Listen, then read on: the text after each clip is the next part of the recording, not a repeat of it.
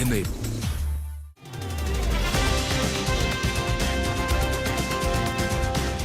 Vivriti presents the Game Changers Summit. Namaskar to each and every one of you present here. On behalf of the Bibrithi Group, we'd like to welcome all of you to the first edition of the Game Changers Summit 2022. Vivriti was born 5 years ago with the aim to change the landscape of mid-market lending by enabling debt to hundreds of mid-market enterprises across the country. The Vivriti Group has built a successful franchise, navigating through very difficult times, including the demonetization, GST rollouts, and large corporate defaults, of course, the COVID-19 pandemic included. Over the years, ladies and gentlemen, the group has witnessed 100% year-on-year growth while maintaining rock-steady asset quality, and their 400 lenders and investors have backed them in achieving this. This gathering is not just a celebration of the last 5 years, but rather celebrating the game changers who have paved the way and have changed the game in their own inspiring way. To begin with, I'd like to call on stage Mr. Narayan Ramachandran, Independent Chairperson of Vivriti Asset Management, to share a few words and welcome the audience. On behalf of board members Namrata Kaul, Anita Belani, and CEO Vineet Sukumar, and the entire team at Vivriti, let me add my 2 cents of welcome to all of you. Let me tell you a little bit about Vivriti. It is the only specialized player in sort of mid-market performing credits at the moment, we believe.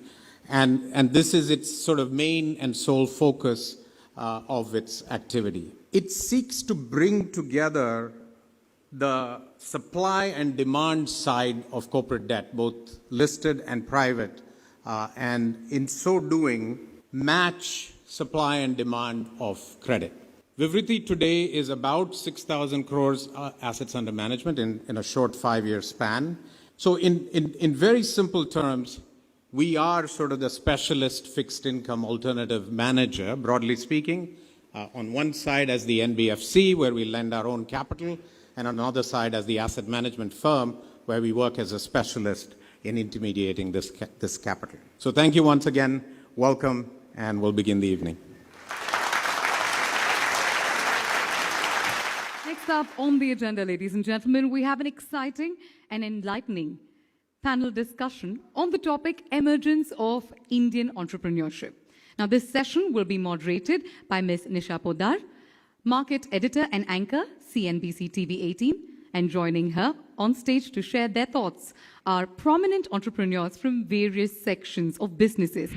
Now, let me first question Karthik about the emergence and the evolution of the promoters into founders, and how have you seen that journey in your own particular experience as an entrepreneur and as an investor? We are a country of entrepreneurs and everyone wants to start a business. The truth is that we've been entrepreneurs to a large extent out of by default. Yes. Because we've not had enough jobs and everyone is a single family entrepreneur. That said, amongst people who have rich background in building or operating companies in large businesses, we've seen a significant shift in terms of how they view entrepreneurship as a credible option, a thing that's acceptable from a values and from a family perspective. Right. And as we've seen successes of first generation entrepreneurs potentially make it over the last 10 years. I would say that's in some ways the big surge that's happened. For people to genuinely feel about problems that they face and feel that they have the power to address them. Yes. That confidence that they can go out and raise money, that's like truly remarkable. In some ways, this has been a result of the emergence of private equity or the funding market and the angel ecosystem, etc., over the last 10 years. But equally, we've seen just the growth of the market and us trying to become a middle-income country us not trying to at least solve for the basic necessities and think about what the future can be. Anurag, how do you see the new age entrepreneurs at this point? The way I define it's probably the third stage of evolution in the current entrepreneurship era, which we've seen starting from 2006-7 when the first, startup companies got formed. Most of those entrepreneurs took very, very big calls because they were, more than capital was not there. More importantly, most of the talent was not going into that area. So they were the first one to dream big and, started building the first stage of, ideas and, solving for problems. Post we saw the next stage came in 2014-15, which is the Geo era, when mobile became the distribution point. And, India is a very large country, and distribution has always been a big problem to solve for good products to reach to masses. Yes. And especially if you are looking for a venture-backed company, growth and scale is inbuilt into that. Yes. And so this was extremely important. And what we saw, some of the older companies maturing, but more importantly, the newer entrepreneurs coming straightway building for mobile as the distribution medium. Yes. And now what we see, the third stage where, of course, some of the earlier companies are mature, but what we are also seeing now, much more serious talent is getting into entrepreneurship, and they're looking at bigger problems to begin with itself. But that's how we have seen, evolution of, or at least the way I saw in last, 10, 12 years. Chetan, with the Reva magic that you created, how much is, getting an idea much ahead of its time important for a founder? It's good teams, it's good business idea, and the capital, and of course the timing. And today, 20 years ago, I believe it was a little too early when we started electric mobility. But today the timing is right? The way we think of what governments are doing, the kind of capital that's available, the technology readiness, where oil prices are. So it's a game changer. So my only thing for that is, yes, I was very early in the first stint, but that gave me a tremendous amount of learnings about what to do, not just in India, but globally. And so in many ways is helping me as the second stint as an entrepreneur to take those 20 years of learning when the timing is really right and leverage that in a much bigger way as we can look at it. So it's sometimes, yes, you're early sometimes when you start off, but today I think the timing is right. Tell me about one, mantra you have as, as an entrepreneur, which keeps you going for so many years. I see challenges as opportunities. And I found that if there's a technical challenge, overcoming it, we've created patents. There's been a business challenge, we created a new model to do it. When governments removed subsidies from our business 20 years ago, we went global because of it. So in many ways, each of those challenges, looking at it from a point of view and opportunity, has probably been an important way of how we've thought of the business and thought of a mantra, I would say. So on that note, Chetan, thank you so much. Anurag, Karthik. Thank you. It was a riveting discussion. I enjoyed it, and lots of takeaways coming in from the panelists on how entrepreneurship has been fueled over the years in the country. Thank you so much for joining us. I'm truly excited and super happy to welcome the one and only Mithali Raj, ladies and gentlemen, former captain, India Women's National Cricket Team. And to engage her in a candid conversation today, we've got a household name, somebody who brings about such engaging conversations, Mr. Gaurav Kapoor, GK. While you were going through that journey, I'm sure there were a lot of times where you would have thought, all right, maybe I'm done now. I can't do this anymore. You still get up the next day and fight. But did you go through those days? Were there days when your head hit the pillow where you thought maybe that's it? I don't think so. I've ever faced that. Maybe after the World Cup this year that I felt, it is time to hang the boots. Not in these 22, 23 years of international cricket. Of course, I had some ups and downs. The phases that as athletes we go through, the lack of form, that also very less, maybe a couple of times, fortunately, in such a long period. The very purpose of playing for India, working hard, and there's no guarantee that I will score runs. But I found purpose in the responsibility.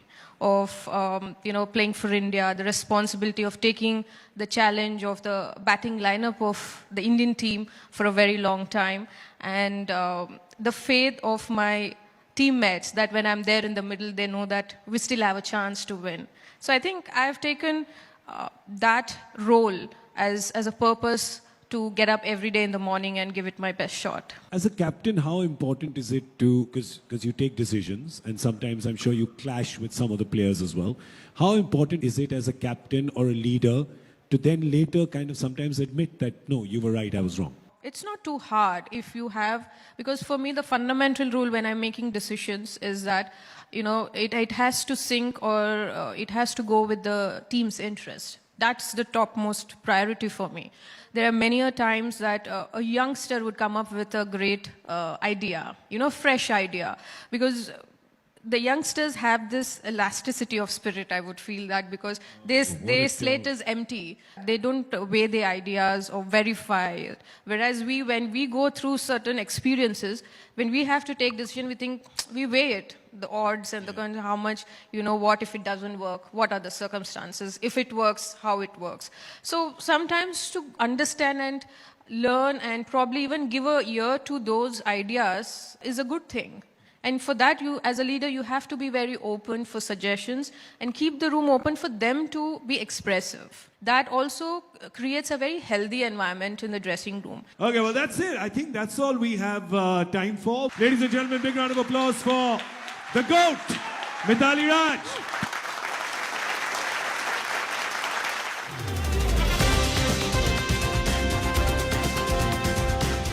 Vivriti presents the Game Changers Summit. Vivriti presents the Game Changers Summit. It is now time to welcome on stage the founder and managing director of Vivriti Capital and Bibrithi Asset Management, Mr. Vineet Sukumar. I thought I would take a couple of minutes to take you through two examples of game changers and their own unique way of thinking that have personally inspired me. This is at the Oscars prior to World War II. It's nearly 100 years back. In 1934, the Walt Disney Company had possibly a staff of 200 people and was already a very successful short feature film company for animated films. And at that time, Walt Disney took on a big bet that he would make the first long animated feature film. People thought he was crazy and completely dissuaded him. It turned the company almost bankrupt. It took him as long to make this film as it took to make Bahubali. It took nearly 5 years. It took $1.5 million at that time, princely sum of money. This film, by the end of 1938, became the highest grossing film of that year and earned $6.5 million. Can anybody see the picture and guess what that film should be? Snow White and the Seven Dwarfs, that's right.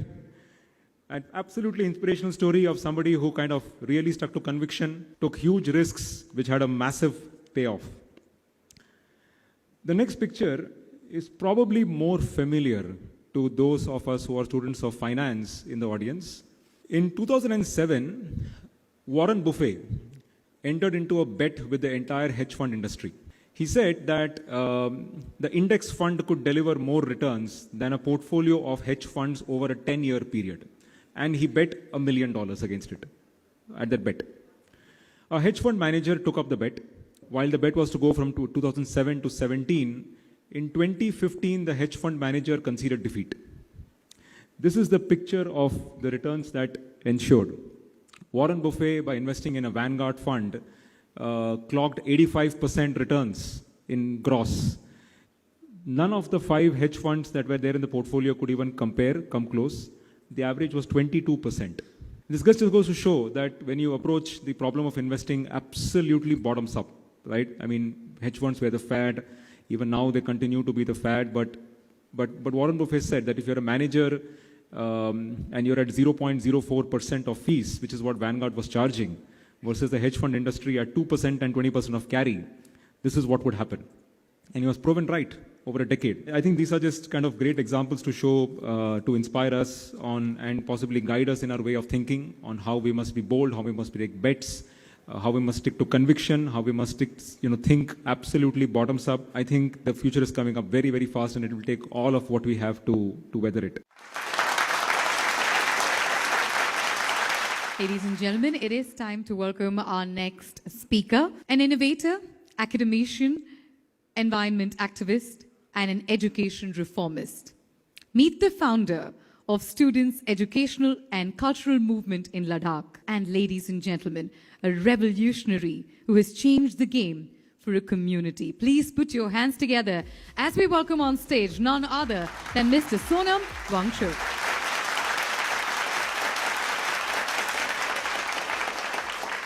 Growing up in a place like Ladakh, you learn to make the most amidst adversities. And that's what my story is. I learned that it's a different curriculum it takes to become a problem solver. The curriculum that it takes to become a problem solver are things like curiosity. Curiosity that comes loaded with every child is the secret of learning, not the textbooks, not the teachers. So curiosity is the first pillar of problem solving, even in a harsh place like Ladakh. But curiosity alone is not enough. It can be monkey curiosity, just to entertain yourself. To become a problem solver, you need more than that, and that is empathy. That is a feeling for others' pains and problems and wanting to solve it. Now, this you don't get from schools. From school, you get how to compete and how to give problems and how to step on others and compete and cutthroat compete. That's not empathy. This I learned more from my mother than any teachers or any school, because my mother was always concerned. She was not schooled, but highly educated in my terms. Anybody who's passing by would get things to eat, drink, and so on. And that made me learn to care about others' problems. Much later, I see that that's true for businesses. Businesses that really click for generations are those that actually solve a real problem. So even in business, empathy, if it is powered by, it's a business that really is loved and lasts for generations and is playing a role in society. The third pillar is the spirit of initiative. Not just empathy alone, but initiative to go out and do it. And again, that I, of course, had no schools to learn, but I learned it more from my father than any others. He would always be going out and doing it and not just sitting hand on hand. Whether it was a broken handle on the door or an unfair system in society, he would change it. And that, I think, is what finally makes things change. Thank you. Thank you very much. I'll stop here now.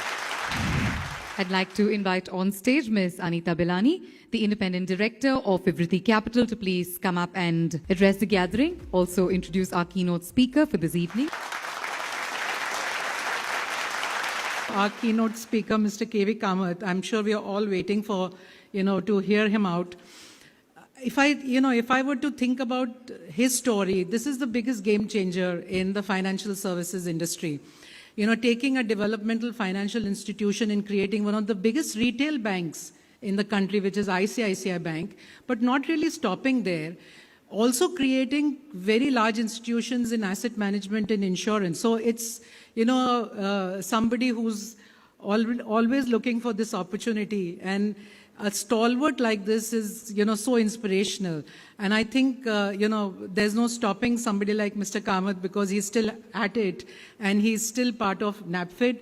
And I'm sure there are many more journeys and opportunities for him to conquer and inspire us. So, Mr. Kamath, please do come on stage and we'd love to hear from you.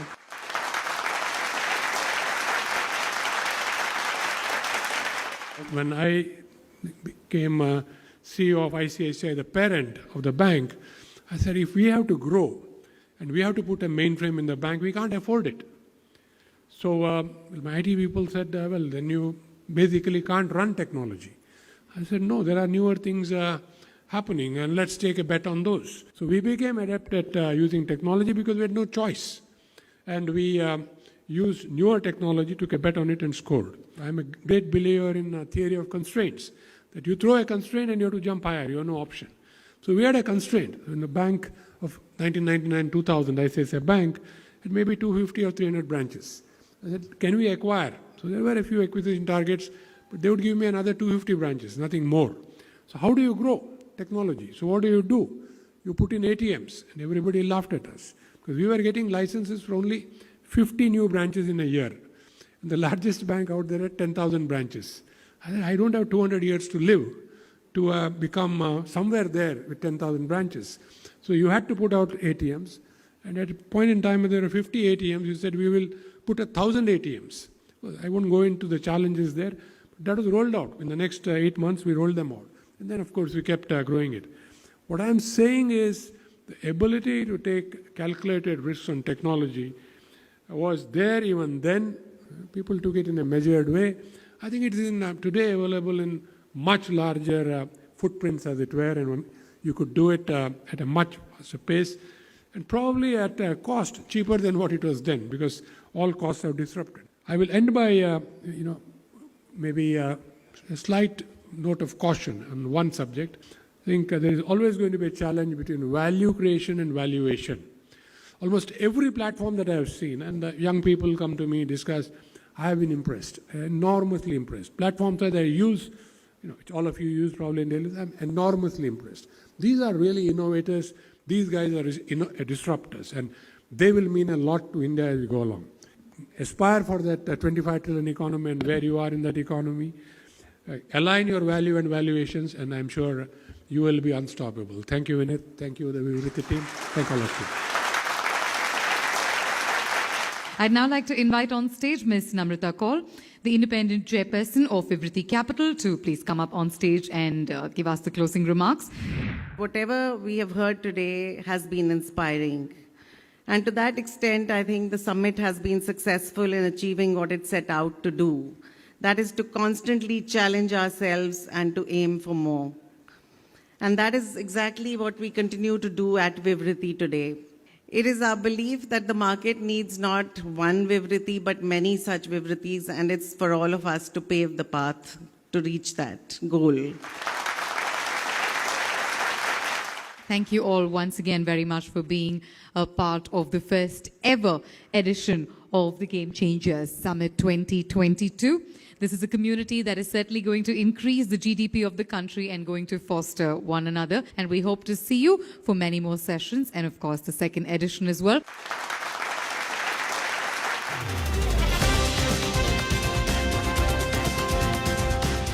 Vivriti presents the Game Changers Summit.